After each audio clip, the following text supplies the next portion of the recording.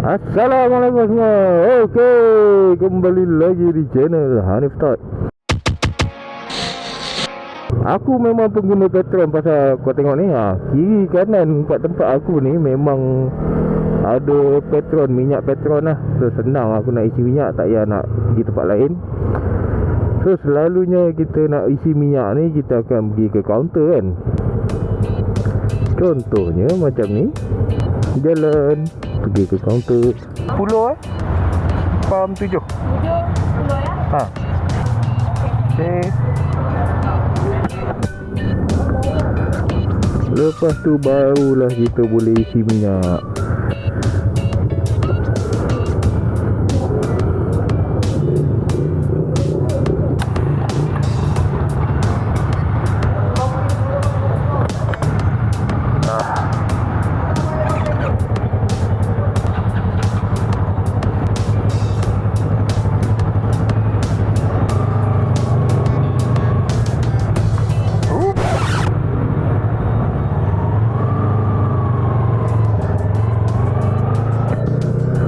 Okey, so lebih kurang macam tu lah proses adu isi minyak.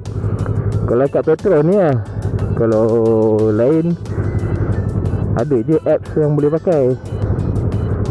So hari tu aku pergi ke Petron NGVE Mahala ke KL. Ada event tentang penggunaan kad debit pada mesin pump.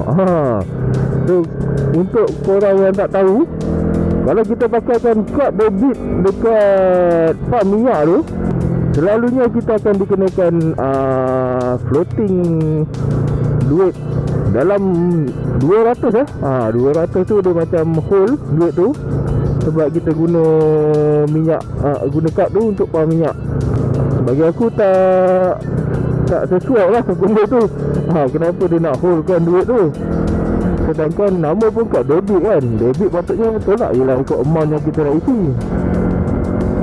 Dia berbeza dengan kalau pakai credit card.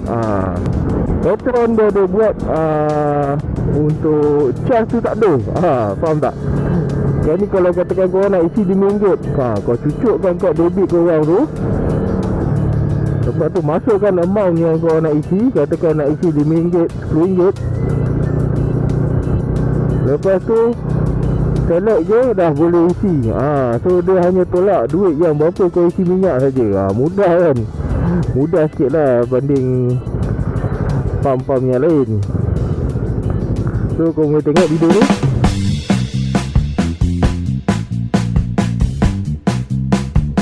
Okay, so sekarang I nak tunjuk macam mana nak pump petrol dekat Petron menggunakan kad ATM MyDebit, dan dia takkan tahan RM200. Sebelum ni kan dia tahan RM200.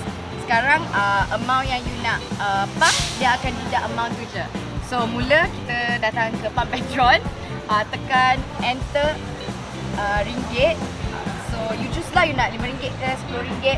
Okay, I tekan RM5. Sekarang kita letak kad ATM MyDebit, masukkan.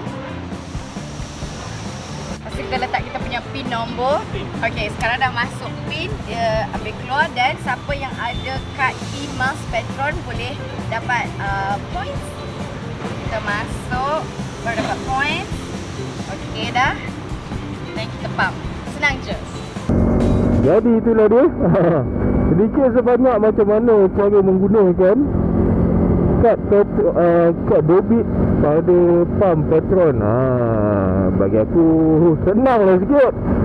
Ini kau main jenuh nak isi minyak, kadang nak beratur, dah buang masa.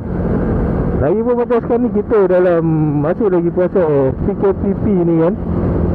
Dengan penjagaan jarak apa semua. So bagi aku okey lah, tak beratur dengan orang lain apa semua. Just buat je dekat pump, terus selesai masalah.